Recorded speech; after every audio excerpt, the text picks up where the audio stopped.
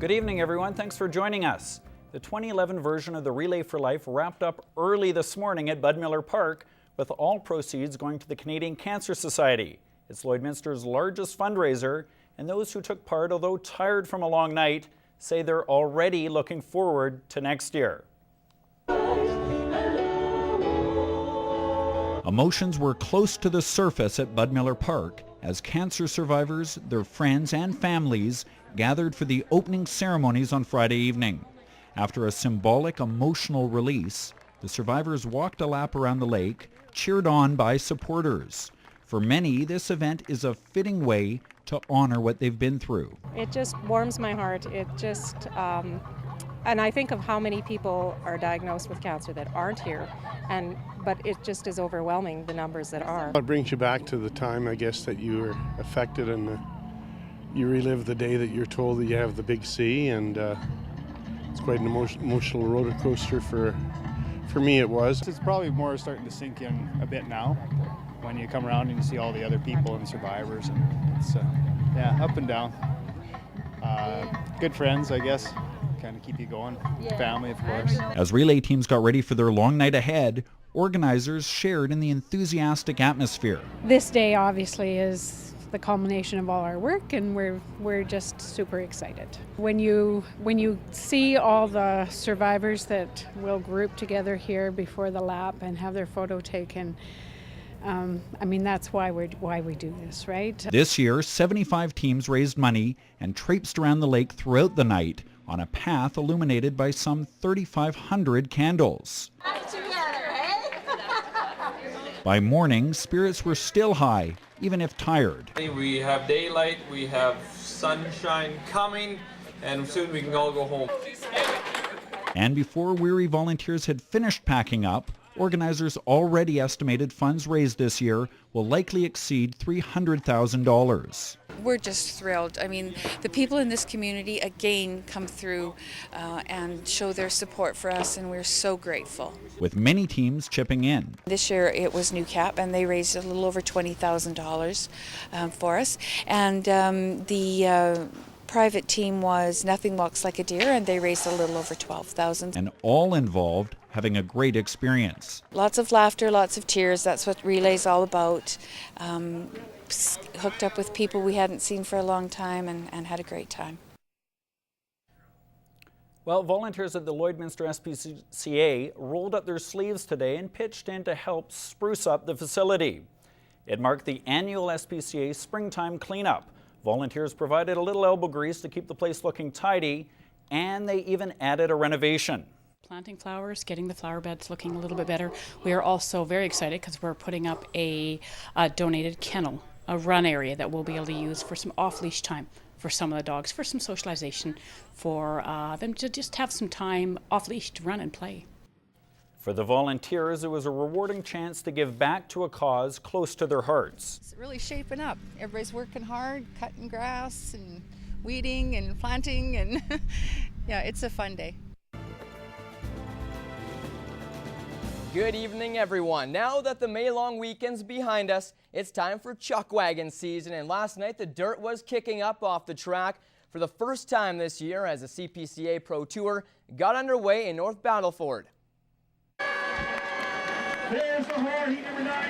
Shane Nolan for J&R Trucking shoots out of the gate in a hurry in Heat 9, followed closely by Logan's heroes, Logan Gorst and Jim Knight as they come down the backstretch. It's Logan Gorst and Shane Nolan side by side, but Nolan pulls it out with a time of 1:03.64. We move on to Heat 10. 14 Canadian champions combined through Ray Mitsewing, Wayne Knight, and Brian Labicane, and it's the Chief jumping out in front off barrel 1. Knight catches right up while Labicane brings up the back. Coming home, Mitsewing opens it up and comes away with the fastest time of the night with a 1:02.44, followed by a hard charging Knight and Labicane. The final heat of the night saw Rustway Construction's Roger Moore, Bob Jack's Sheet Metals Vern Nolan, and HJR Asphalt's Gary Gorst. Out of the barrels, 007 Roger Moore is out in front. Vern Nolan grabs the outside. Gary Gorst looking to crack in there, but it's a wire-to-wire finish. Roger Moore holds off Vern Nolan and Gary Gorst, but a penalty allows Nolan to come out victorious. Very happy the way the horses went. We had 2 new horses on there, have never been to the track before, as well as the rookie outrider Eric Pree. So I was very pleased. We had a clean, safe run, and not much more we can ask for. Well, I had the #1 barrel tonight, and then I made a decent turn off of it and got into chips. You just take the last 2 heats alone. You could feel the thunder from over in the infield where we're situated with our broadcast. The fans were loud, and that's just evidence that this is an exciting sport. Relay for Life may have wrapped up about 12 hours ago, but for Newcap's own Carly Agro and Lloydminster Bobcats head coach Brian Curran, they were repaying their relay obligation today. Both were getting down and dirty, herding and branding cattle. Every spring, Ron Bexfield rounds up his cattle to brand and vaccinate before putting out to pasture. Well, this year he had some extra hands. I was fortunate enough to have the winning bid, I guess, so I got some good help. Yeah, that's for sure. Really great of them to volunteer their time for cancer. That's great. Farming may not be Carly or Brian's forte, but they were all for giving back for a worthwhile cause. I get the chance to come out here and enjoy this experience and learn something new, but at the same time, I know that we're doing a really good thing. Obviously, anything I can do to help out for Relay for Life, it's more of an honor and a privilege to be out here working today, so it's kind of the least I can do. I wish we could have had a couple of players. It was just a bad weekend to get them out here because they would have loved the experience.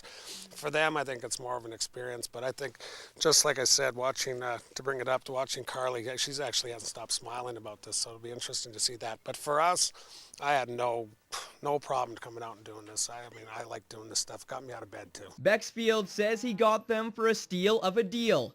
300 smackaroos. I got the bargain of the bunch, I'm sure of that. I probably got the best help at the cheapest price.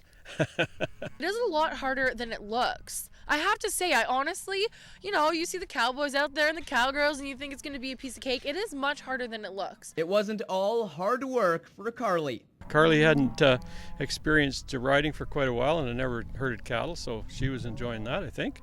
She seemed to be having a good time. Opening week in the North Sask River Baseball League continued last night with a pair of games on tap.